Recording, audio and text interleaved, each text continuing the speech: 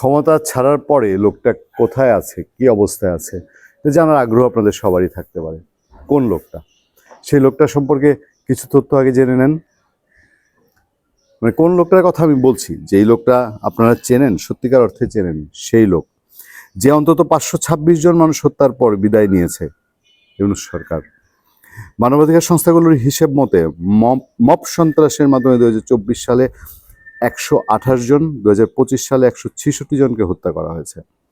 ইউনূসের আইন শৃঙ্খলা রক্ষাকারী বাহিনী বিচার বহির্ভূতভাবে হত্যা করেছে 45 জনকে। ইউনূসের শাসনামলে জেলখানায় মারা গেছে 187 জন, এরা প্রায় সবাই আওয়ামী লীগের নেতাকর্মী। ভবিষ্যতে কোনো একদিন নিশ্চয়ই ইউনূস ও তার সহযোগীদের 526 জন মানুষ হত্যার অভিযোগে বিচারের মুখোমুখি হবে।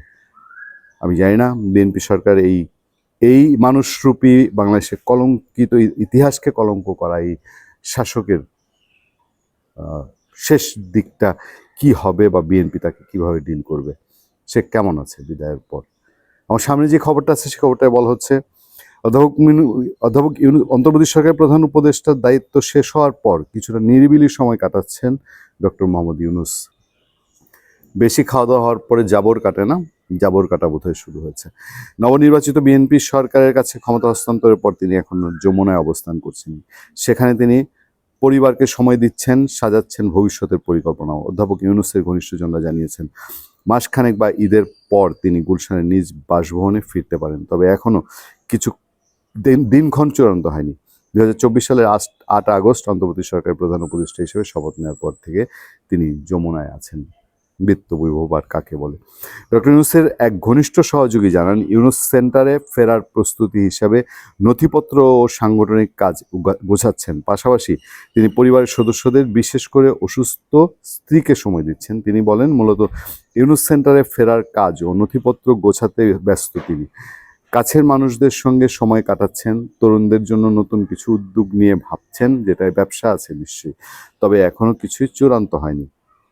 অধ্যাপক ইউনূসের দীর্ঘদিনের 3-0 ভিশন বা শূন্য দারিদ্র, শূন্য বেকারত্ব, শূন্য কার্বন, এটা আমার কাছে বোগাস মনে হয়। হ্যাঁ, নিঃসরণের ধারণার উপর ভিত্তি করেই নতুন উদ্যোগগুলো নেওয়া হতে পারে, তবে এখনো কোনো সুনির্দিষ্ট কর্মসূচি ঠিক হয়নি বলে জানিয়েছে সংশ্লিষ্টরা। বিদেশ থেকেও সফরের জন্য আমন্ত্রণ পান তিনি। এ ব্যাপারে তাকে সহায়তা করেছে টেকসই উন্নয়ন লক্ষ্যমাত্রা এলজিডির সাবেক প্রধান সমন্বয়ক লামিয়া মুর্শেদ, তার ব্যক্তিগত কর্মকর্তা। রাষ্ট্রের টাকা ঢেলে এদেরকে বেতন দেওয়া হয়েছে। কোথাও তিনি সরাসরি যাবেন, আর কোথাও ভার্চুয়ালি বক্তৃতা দেবেন, সে ব্যাপারেও কাজ করতে হয় তাকে। যমুনায় ডক্টর ইউনূসের আগের মতো ব্যস্ততা না থাকলেও তিনি সকালে ঘুম থেকে উঠে কম্পাউন্ডের ভেতরে কিছুক্ষণ হাঁটাহাঁটি করেন। নাস্তার পর সকাল 10টা দিয়ে কাজ শুরু করেন। কর্মকর্তা কর্মচারীদেরকে তিনি নির্দেশনা দিয়েছেন, যারা তার সঙ্গে দেখা করতে চান তাদের জন্য সুযোগ দেওয়া হয়।